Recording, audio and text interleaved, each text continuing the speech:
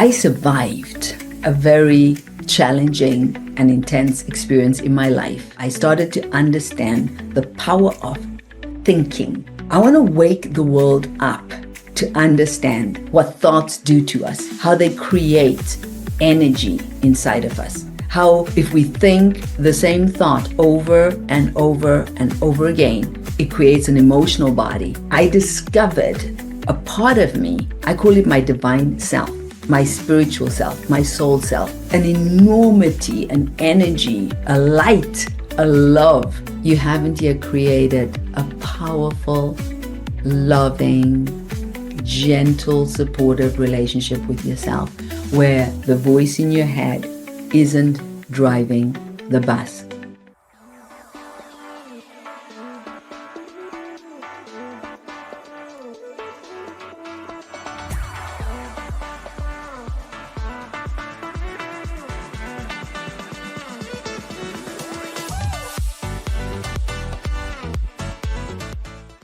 At the age of 14, I stood on the edge of darkness. The pain at home felt so unbearable that morning I decided I'd had enough. Today, I stand here as a person who has learned to love herself, respect herself, and live from a place of joy. And I'm excited to help anyone who is struggling with their ego mind to understand how to thrive in a world that can feel very heavy, that can feel unfair, that can feel like you have a lot of questions that are unanswered. On today's podcast, I want to tell you about my story from that place of darkness to where I've come today and give you some insights on how to shift your reality if you feel like you might be struggling with your thoughts, feelings, and therefore leading to potential negative energy outputs and actions. Welcome, everyone, to another episode of the Spiritual Rebel podcast. I remember that day, and I'll absolutely never forget it. There had been so much drama going on at home, and it had come to a climax. The night before, I'd gone to bed. I'd had to go into my stepfather's room to apologize for doing something that I didn't really feel like I needed to be apologizing for.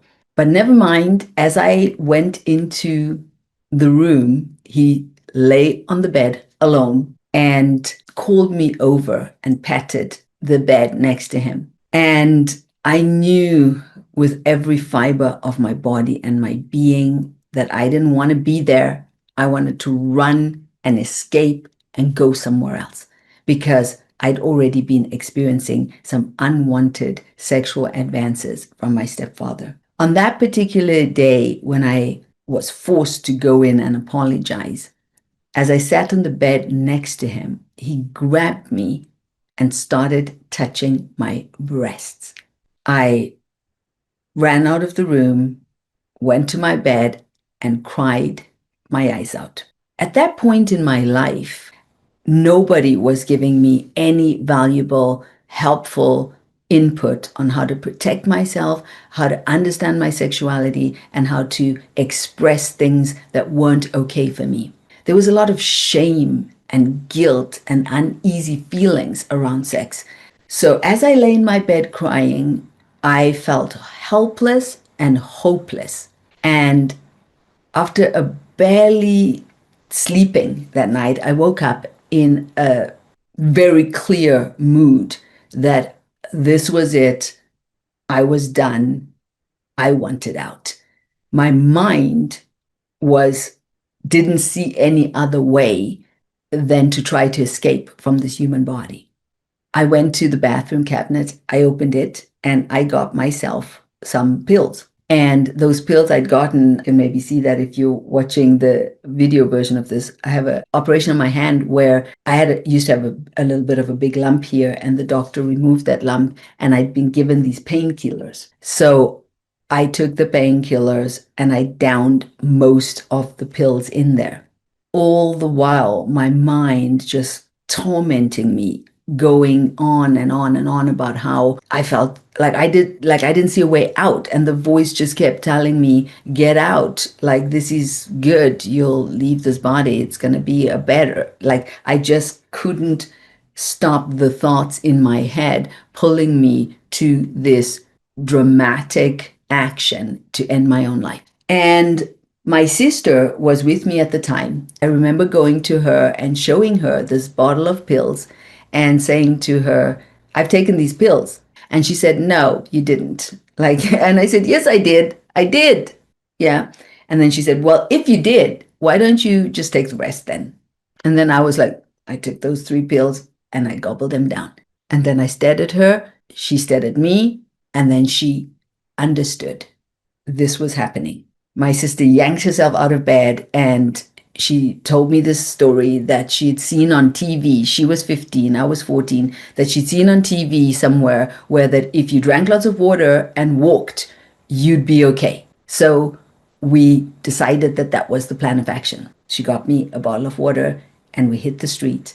And I remember walking down the street. There were jacaranda trees in bloom at that time. And my sister and I walked along together and just talking about joking and telling stories. And she was trying to get my head away from what had happened. And maybe she was trying to escape herself because she couldn't even begin to grasp the severity of it. So I drank the water, we laughed, we joked. I felt okay. We got back to the apartment where I was staying with my parents and my sister, and as soon as I sat down in the chair, I felt like I'm okay. These pills, they aren't doing anything to me. So she said, "You feeling okay?" I said, "Yeah, I'm feeling okay.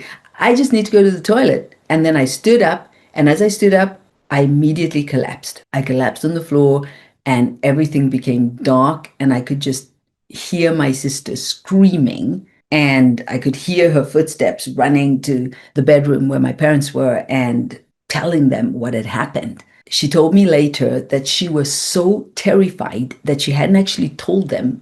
Like she had written it on a paper and given it to them to read. So this is the story she told me afterwards. My parents came out, obviously distraught, took me to the hospital, and I had my stomach pumped and had this extremely bizarre experience of being questioned. Why did you do this? But literally hours later, I think it was an overnight stay, excuse me, overnight stay.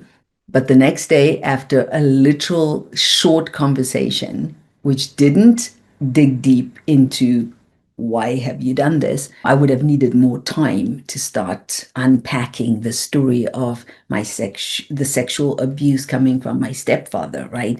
Like that was so locked inside of me. It already had been going on for years. So I couldn't just let it out in a session just like this. So I ended up going home without the help that I needed. There was this couch in the living room and there was a phone nearby. And I lay on that couch just feeling dreadful, feeling even more lost and even more confused.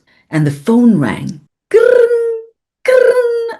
Was one of those old phones back in the day. There were no mobile phones, right? The ones with the cable line, right? I grabbed the phone and I said, "Hello," in a very fragile, distant voice. My grandmother was on the other side and she started to scream. "You stupid child. You crazy child. You have made your mother's life a misery. And how could you do this to her? How could you do this to her?" In that moment, I decided that I was going to do whatever I needed to do to get out of that house and start living a free life on my own. Needless to say, I cried and put the phone down and started hatching my plan to get out of there. So I survived.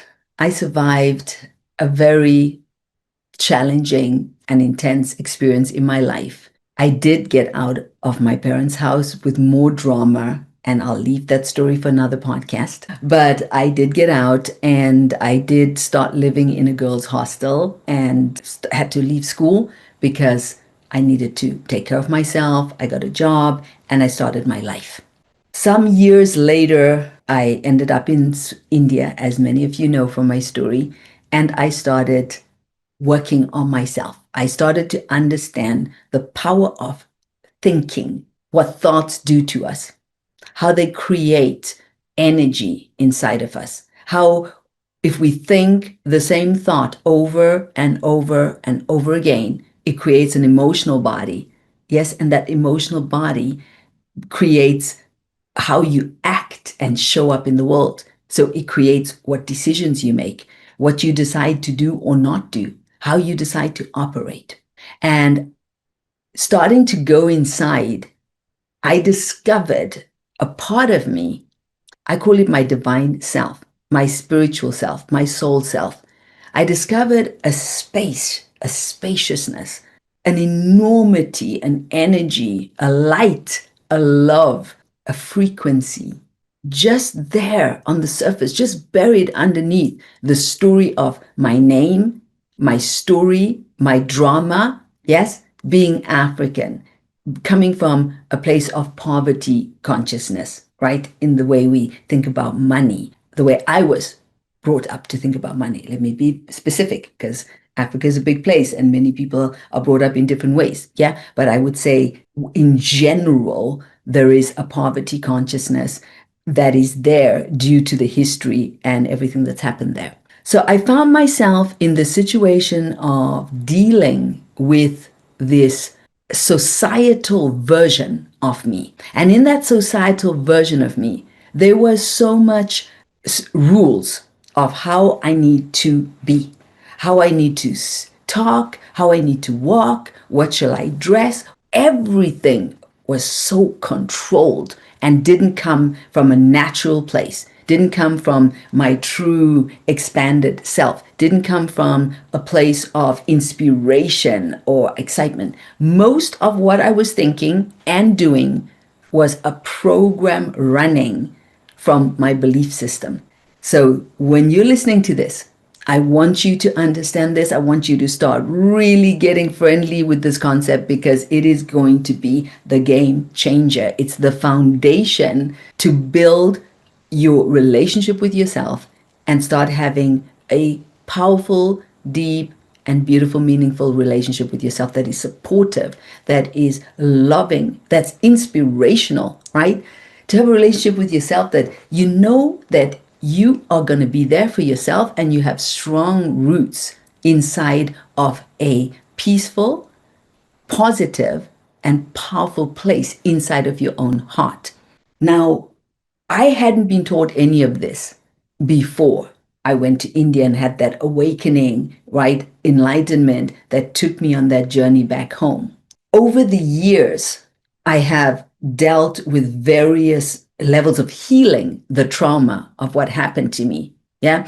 The trauma of what happened, you know, in my childhood, go back till, I was just a baby, go back to my father abandoning me when I was 3 years old, go back to the beatings and criticisms and other things that I experienced through religious programming and societal brainwashing. So when you take all of that, who I stood at, who I was at that 22-year-old portal to a new Mahima was a compilation of past and generational stories. And when I walked through that portal to discover this world where I could reinvent myself, I could become whoever I wanted to be. I could start dressing the way I wanted to dress. I could speak the things I wanted to speak. I could think the things that I wanted to think. I freed myself from the fear that if I don't do what they tell me I should do, I'm not a good girl. Yes, if I don't show up the way the society wants me to show up, and I just start, you know, doing whatever the freaky beep, beep, beep I feel like, right? I'm not going to be loved. People are going to reject me. And all of it wasn't true. Through walking through that portal and discovering this immense beauty inside of myself, I became a magnet to powerful and beautiful experiences. Now, I'm not saying that the shadow side of me doesn't exist today while I'm sitting here. There is no human on planet Earth, including the Dalai Lama, okay, including whoever you truly admire, that isn't dealing with the shadow part of being human. That is our story.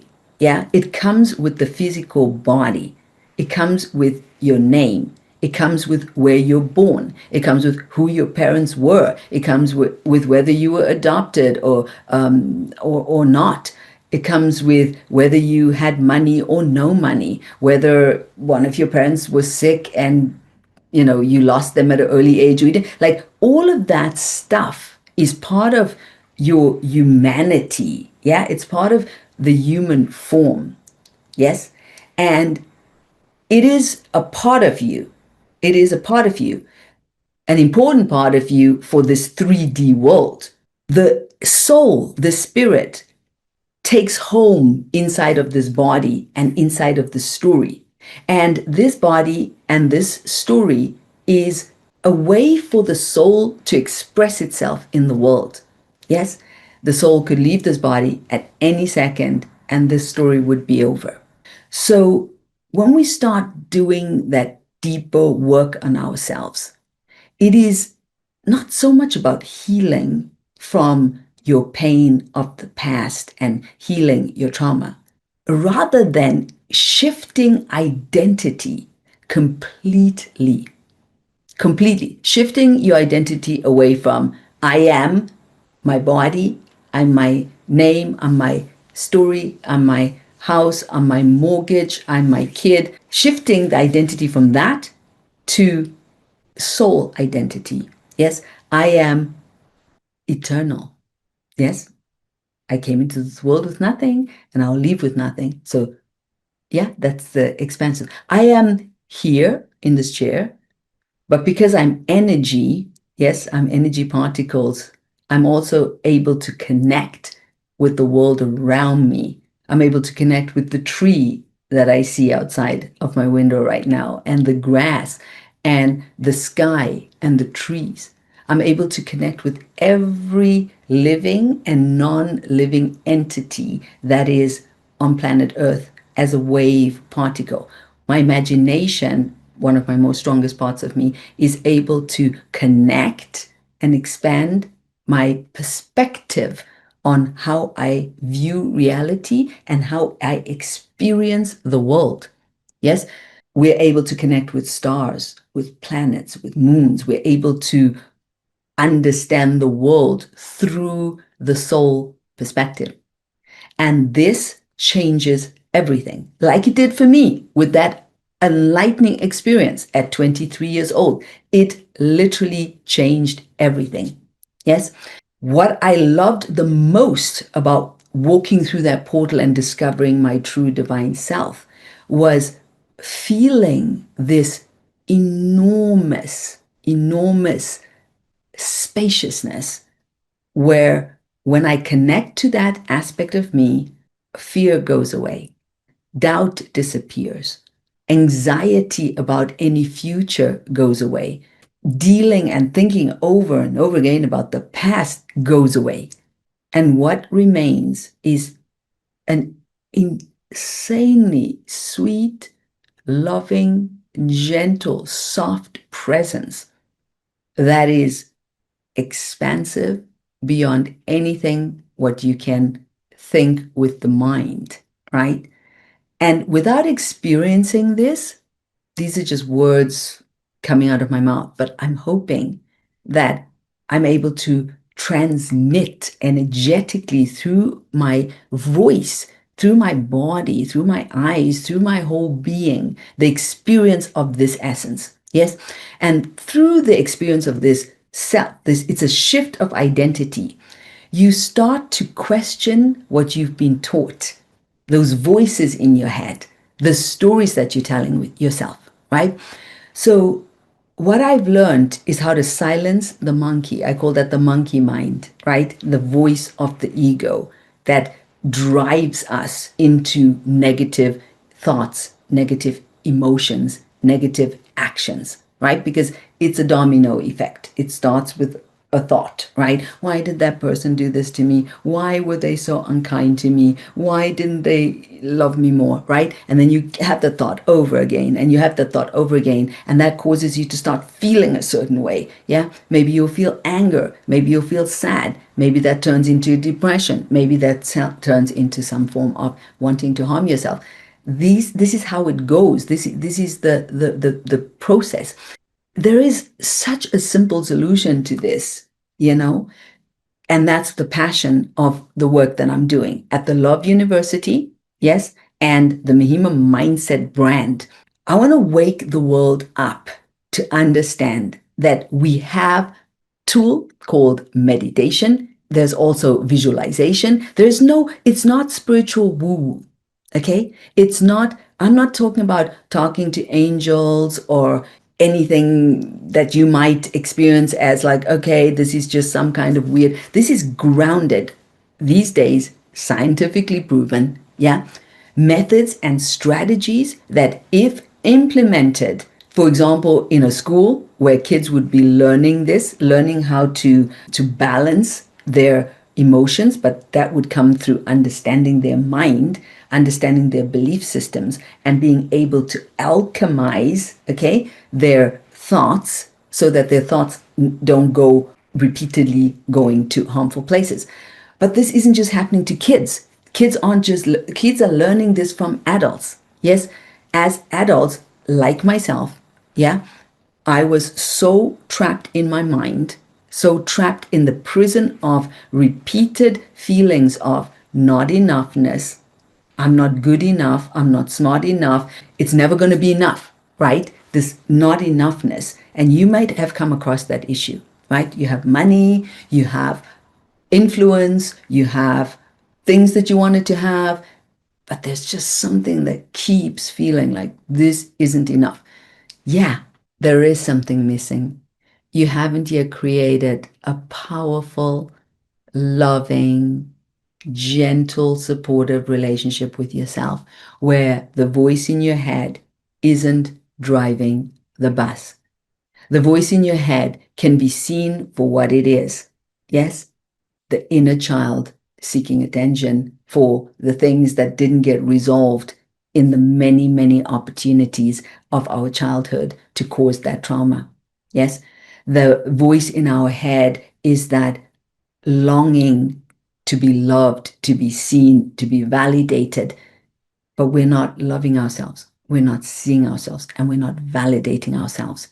So, really, what I want to remind you today, if you choose to engage in a powerful process like I did to find out who you truly are, there is no going backwards. Like there's never been a moment in all of the things that have happened to me since my awakening where I thought, oh, I my mind is now taking over. Did I feel some really shaky moments here and there and some very challenging moments that brought up like a storm inside of me or emotions of dealing with new challenges? Absolutely, yes. But once you walk through that portal of understanding, I'm not just the thoughts, I'm not just my body, I'm not my story here on planet Earth. I'm the spirit that lives through this body. And this spirit is here to experience life. Yes. So, yes, it's important to pay your rent, but it's not worth getting sick over. Yes. And, I know you're like, well, but how am I going to pay my rent? Like Mahima, like that's the thing. When you're in that place where you're constantly coming from a place of lack and a place of fear, you don't understand that that exact energy is what's creating those issues, right? Start changing your frequency. Start operating with trust from a place of love. Suddenly you start solving challenges that couldn't be solved before. Your frequency matters. Your vibration matters.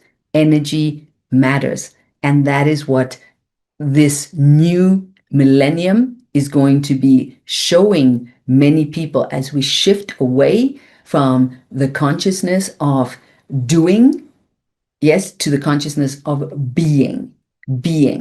being present, being grounded, being alive, as we shift away from the consciousness of thinking, overthinking, to the consciousness of stillness, of silence, of expansion and imagination, creation, being able to imagine and create. As we shift away from fullness, we're so full, running, to slowing down. Yes, everyone feels it. This is no longer sustainable. This activity here, the pushing, the aggression, the shoving, the drive, the hustle, it's no longer, that's why we're fragmenting. Yes, so we now need to understand slowing down. Yes, breathing, being. And all of this is possible through one powerful concept: shift identity away from the ego mind to your spiritual soul self.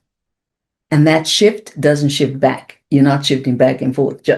Once you've shifted that identity, you continue there. And then it's a question of expanding that awareness of that identity, expanding, but is not shifting back and forth, right? That's why it's called an awakening, right? That's why it's like a seed came out and started to grow. The seed cannot decide to go back into the shell and be a seed again. No, the seed is going to produce other seeds. So this is the process of awakening. It's only one way forward, and that's growth. Okay, beautiful angels, thank you for allowing me to share my story.